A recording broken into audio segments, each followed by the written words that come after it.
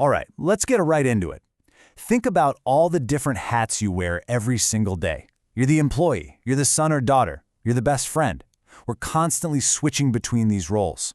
But have you ever stopped and wondered, with all these different versions of you, which one is the real you?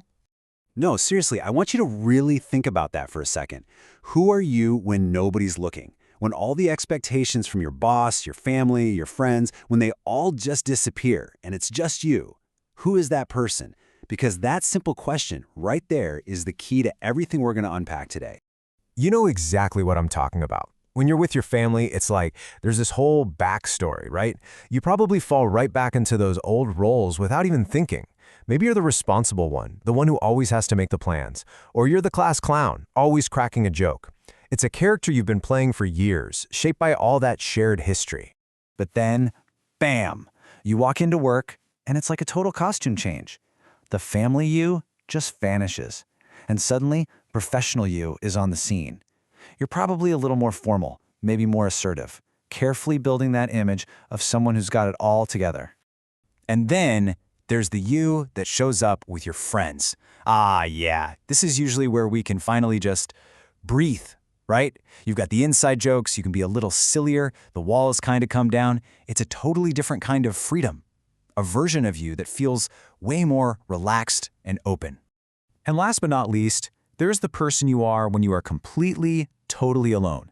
This is the one nobody else ever gets to see. It's just you with your unfiltered thoughts, your weird little habits, your true feelings.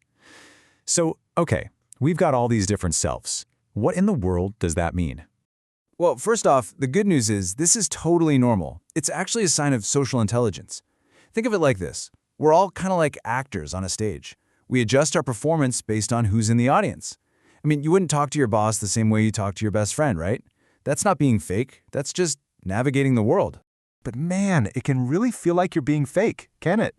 There's that weird, uncomfortable moment when you have to switch gears, and you get that nagging thought in the back of your head like, am I being authentic? Am I lying to people? Trust me, that feeling is super common. Okay, so this is a really powerful way to think about it.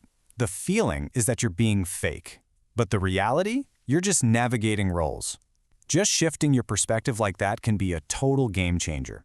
It takes it from being some kind of moral failing to what it actually is, a useful, practical human skill. You're not a fake, you're adaptable. And that brings us to this big idea, contextual identity. So what's that? Basically, it means your identity isn't some solid, concrete thing that never changes. It's more like a collection of different apps on a phone, and you open the right one depending on the situation. It's fluid, not fixed. Okay, so all these roles are normal. We get that. But here's where we go a little deeper.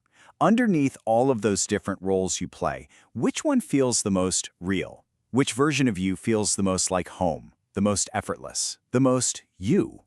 And this is really the heart of it. Getting to know yourself isn't about picking one self and getting rid of all the others. Not at all. It just starts with noticing.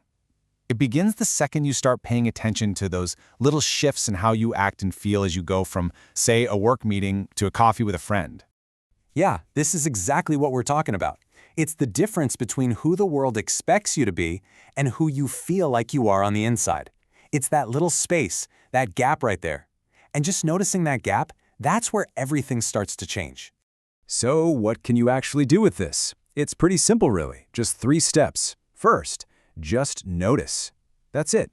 No judgment, just be aware of the different hats you're wearing. Step 2, check in with your feelings. How does each role make you feel? Does one drain you while another makes you feel alive? Pay attention to that. And finally, number 3, use that feeling as your compass. Let it guide you toward living a little more honestly, a little more in line with what feels right. And really, that's the whole point. This isn't about some huge, dramatic change overnight. It's just about awareness. Because the more you become aware of all these layers you have, the easier it gets to live more honestly. You get to choose which parts of you to bring forward. It's all about navigating the amazing, messy, beautiful complexity of just being you.